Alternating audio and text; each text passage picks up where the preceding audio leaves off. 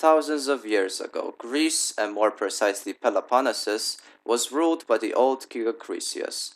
The capital of Peloponnesus, hidden in a small bay, was then called Argos.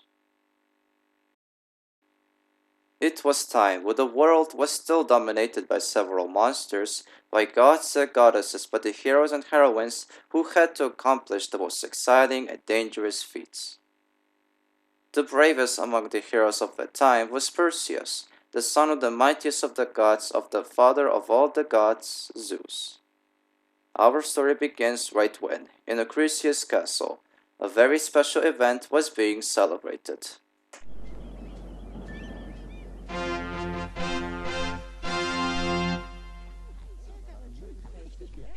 Attention everyone! Quiet! Listen up! Alright, well then, we are gathered today for this great celebration for my most beloved daughter, Danae, has finally given birth to a heir to the throne. Hooray! Hooray! And his name is... What's the baby's name? Perseus. Right. Well then, so be it. This name of his will become known about by everybody, and as a custom by tomorrow, I shall start my journey to the Oracle in order to have the future of my only grandson and therefore told.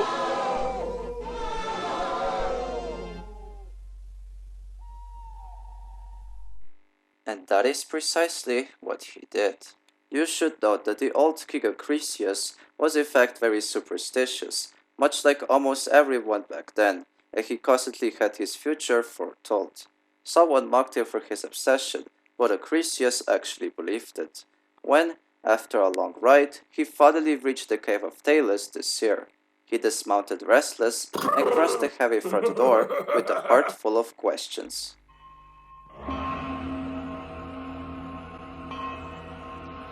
Talos? Talos?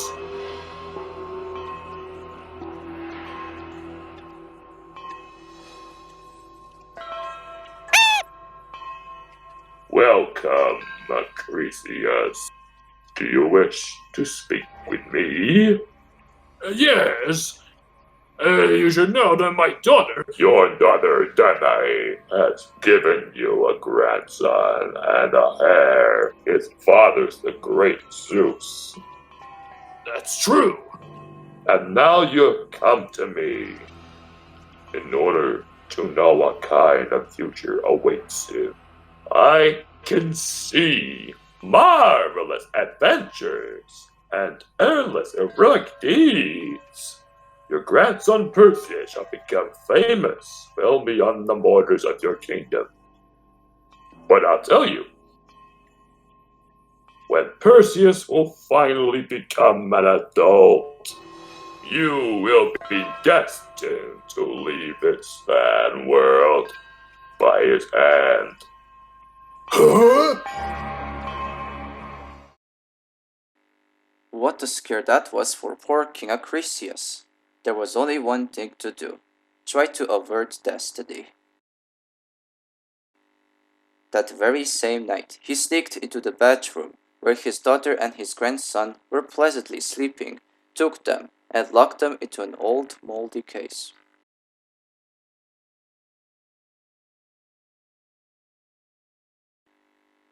It was still pitch black when he tied the case to his horse and set off. Perseus and Danae were thoroughly tossed about, so that the journey seemed to take forever, until finally Acrisius stopped. With heavy heart, the old king discharged the case and dropped it into the river. Maybe with Zeus' help, they'll manage to make it safe and sound to a far-off country, and Perseus will never return to kill me, Acrisius thought. At the beginning, everything seems to go just fine. The case was floating on the river, and soon it was driven in the open sea. But... Don't be afraid, Perseus. Your father Zeus is going to protect us.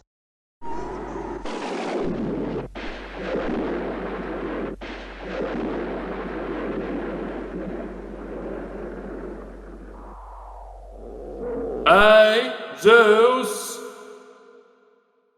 Lord of thunder and lightning, order you this. Leave my son and his mother in peace. Go, be gone. They barely made it, but everything was finally over, and from that moment the sea grew calm.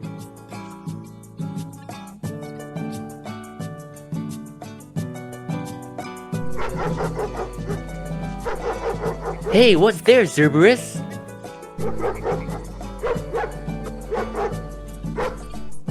By Zeus, what a big catch!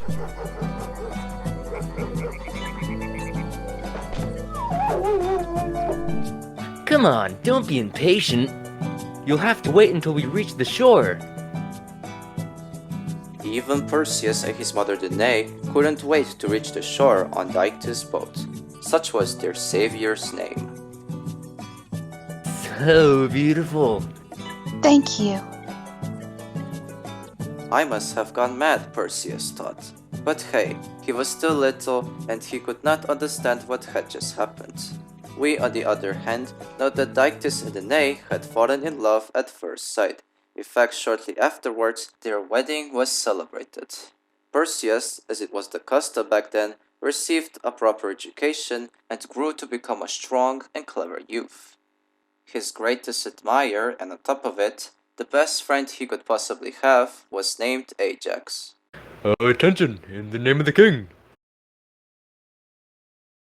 Perseus is requested in the throne room. I'm coming immediately!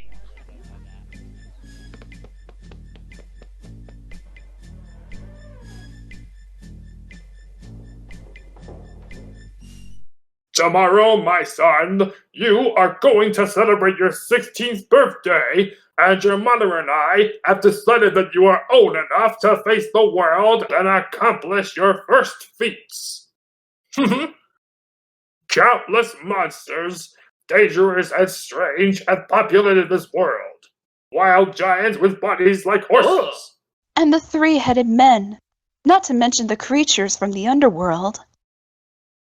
So, which monster do you think you will be able to defeat, thus getting yourself the right of succession to the throne? I think I already know one. So, Carry on. I want to defeat the snake-headed Medusa Oh. and bring her to you as a proof of my bravery.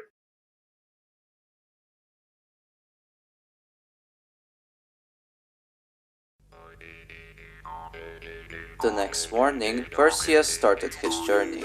The entire court was gathered as Perseus took leave of his parents. Naturally, his friend Ajax went with him, and off they rode happy to their first great adventure. Medusa was the only mortal of the three dreaded sisters called Gorgons. Until now, no human being has dared getting close to them. Tell me now, Perseus. What's so terrible about this Medusa? You mean I haven't told you yet? No. Or maybe. I wasn't paying attention, as usual. But I'll say it again. We must be really careful. Whoever stares at Medusa is immediately turned to stone. And should we go to her? If only I knew before. What a great friend you are. Look at that. Two young foreigners. Greetings, farmer. We are looking for Medusa. Could you show us the way? I can't, but Greg could help you. Where can we find them? Go straight ahead, cross the bridge, fast through the gorge, and you'll be there. Thank you very much. I want to make a suggestion to you. They only have one tooth and one eye. Not each and every one of them, but all together. Zeus must have been in a very bad mood the day he created them. The nobles are always nuts. Laughing, Perseus and Ajax rode along in the suggested direction. And just like the farmer said, in a few hours they reached a narrow gorge. What now? Shall we swim? Or maybe you have another idea? Let's build a raft. Have you heard? They want to build a raft. They won't go too far. With Ajax's light weight, you're going to sink immediately.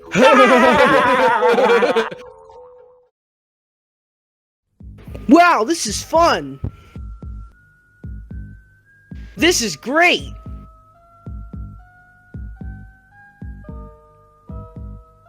Oh no, waterfall. Brace yourself.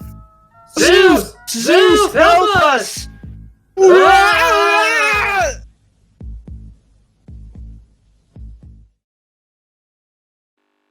Meanwhile, darkness had fallen.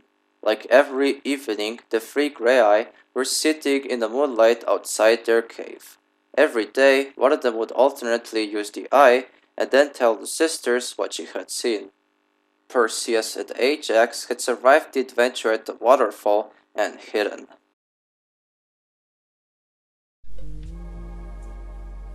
They waited until the girls went to sleep. Finally, the time came.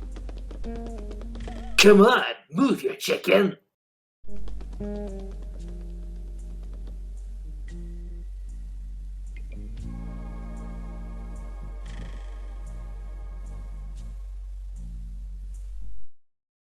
And now, Shh!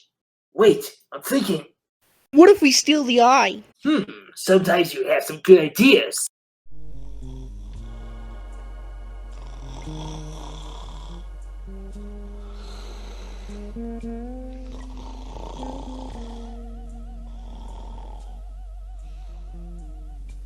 What happened? The eye. Where's the eye? Calm down, looking for it is completely useless. I have got it. May Hades open the gates of the underworld right away. I propose an exchange. If you tell me how I can get to Medusa, I'll give it back to you. Oh, you unhappy soul! You won't come back alive after seeing the Gorgons. Answer yes or no. You don't know what you are doing. Only the Only the nymphs nymphs can help can you. Go on until you reach the sea. That is their home. Thank you very much. A tip for the future. Keep your eye more carefully.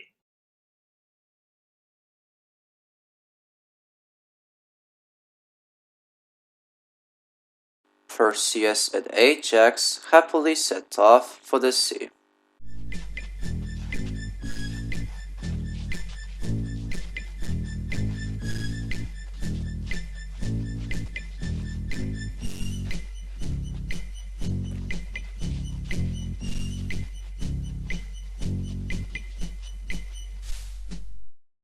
Hey, don't your feet hurt? I'm hungry too.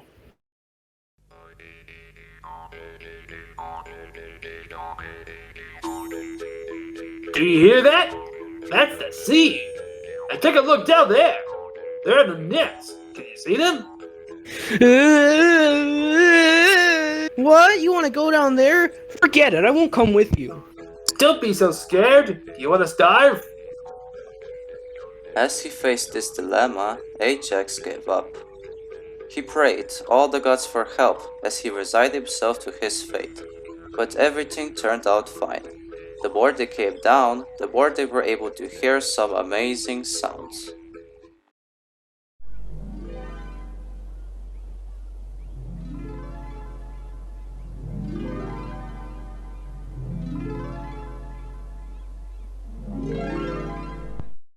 Ooh. My, she's beautiful. Welcome to the Nymph Kingdom. Who are you, and where are you from? My name is Perseus, the son of Zeus and Danae, and this is my friend Ajax. Come closer, you handsome one.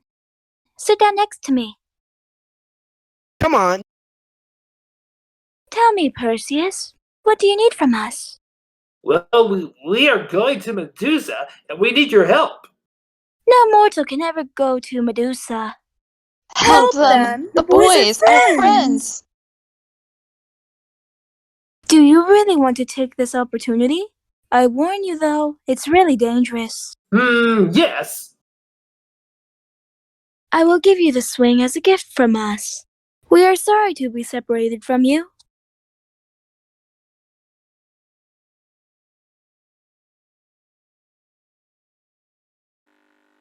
When the two boys made to the top of the rock, Perseus got a quite unusual feeling. It was like flying was to him the most natural activity. He took a run, Whoa! and Hey, Ajax, look at me! I can fly! Ajax would have done anything to keep him happy, even flying. He sighed, resigned to Zeus' will. He put his hand on his eyes and jumped off. The wind took them away, as they were as light as two feathers. They were so delighted with their first flight that they almost forgot where they were supposed to head to. Suddenly, it got cold. They must have been quite close to Medusa, for the Gorgon's wickedness was so tangible that even the wind got goosebumps. Let's land, or else we'll freeze! Let's do it then. Let's go down. Ugh. Everything alright there? Yeah, I'm fine. Shall we go over there? I think so. Come on, let's go. Are you still there? Yes, it's just that I can't see a thing. Where are we anyway? Let's get out of here. I don't think so, Ajax. We must jump. Follow me. You're coming? Oh boy, it sucks. There's nothing to fear, Ajax. Soon we'll be able to see again. The Gorgons have gases, and they can master both light and darkness. Shall we move along?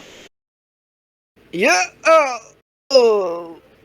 Oh no, you're always in the ground. I'm sorry. Perseus and Ajax moved forward. The more they approached the cave's exit, the more a feeling of apprehension came over them. Then they saw the three Gorgons pleasantly asleep in a glade. And now? Surely Perseus couldn't defeat Medusa with his eyes closed, but neither could he see her. Then he had an idea. He took his shield and polished it until it shone like a mirror. This way, he could look at the monstrous creatures without actually watching them. Then he jumped. By all gods! But before Medusa could even realize what was going on, Perseus cut off that horrible head. The two remaining sisters shrieked horribly, but the spell was keeping them in check. Perseus and Ajax really wanted to rush, as you never know how long a spell could last, and they put the head in the knapsack. They took off and headed home. In their haste, they didn't close the knapsack well where they had placed their trophy. Therefore, as they were flying above the desert, some blood drops fell on the ground, creating some dangerous and poisonous snakes. They're still on the earth. But Perseus and Ajax didn't notice anything and quietly moved forward. Look, a castle! They will surely give us something to eat. You can only think about food, can't you? If we hadn't been impatient, we would have made it home. I'm starving to death. Look, some apple trees.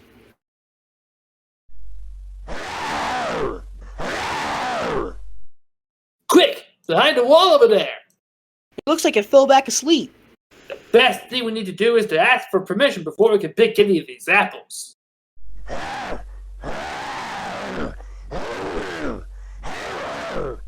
I think you're right. Let's go! Greetings, I am Perseus, son of Zeus. Are you the king of this castle? Whoever you are, how dare you disturb King Atlas? Well, we were just asking for hospitality. We're both very hungry. You want hospitality? Well, yes, your trees are loaded with apples, and therefore... How dare you! You shall know that my apples are made of solid gold. Now get lost, quick, or else I will feed you to my dragon.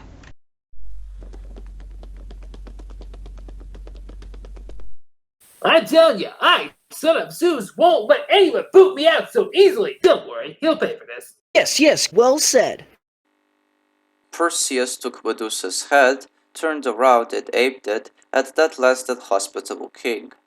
In front of their very eyes, King Atlas was turned into a giant mountain, along with his castle, a mountain which for the records exists even today. Where? In Africa. Hungrier than ever, they left off again. When they reached the sea, they spotted a most beautiful girl chained to a rock in the water. A strange creature was approaching her. Curious, they landed. Now they could clearly see the girl. Help!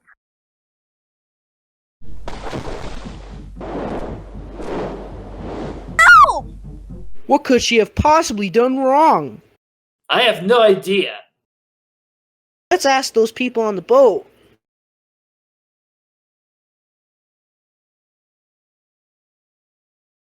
You who look like a king, can you tell me why on earth has that girl been condemned to such a horrible fate?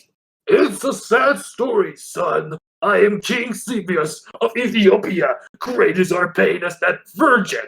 It is our beloved daughter Andromeda. My wife made Poseidon, god of the sea, really angry. And therefore, in order to break the curse which from that day looms over our country, Andromeda shall be sacrificed to the shark. Is there any way to save her? Only with the death of the shark could Andromeda be saved. But I am too old and tired, and no one else so far has been brave enough to try to defeat it. Then I'll go and say the most beautiful among the virgins. Oh, you really want to do it? Oh boy, this time the shark had almost bitten Andromeda. Time was up. Fearless, Perseus jumped off the rock and resurfaced on the back of the shark.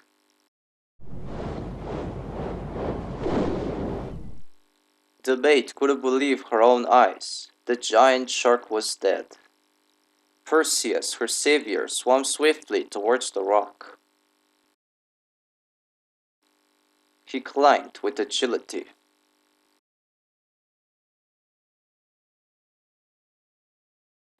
Andromeda was radiant with joy, and as soon as Perseus was done freeing her from shackles, she immediately hugged him, crying of joy.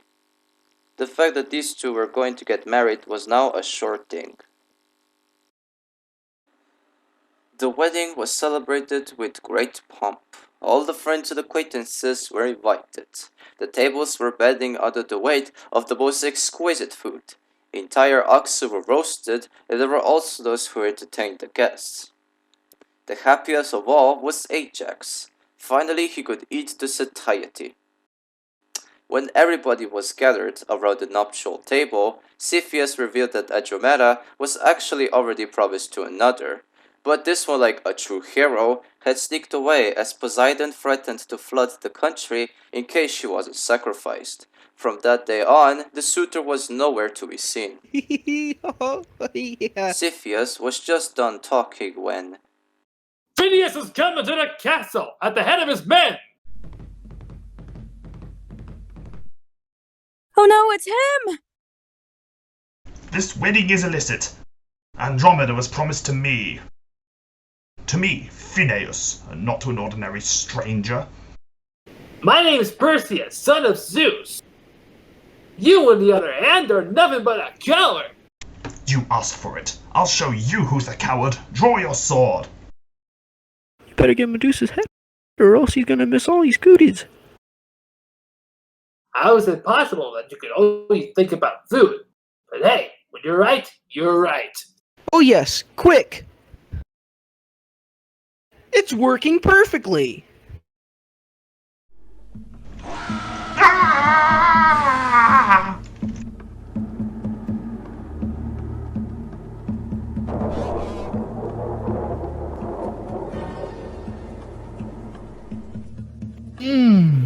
So, is it over? calmly Ajax continued with his banquet.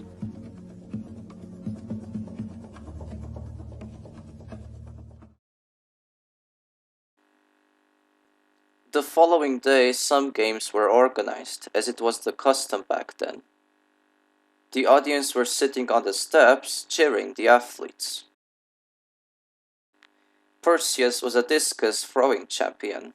He prepared for the throw, and the discus flew, and flew, and flew beyond the backcourt, ending up right among the audience.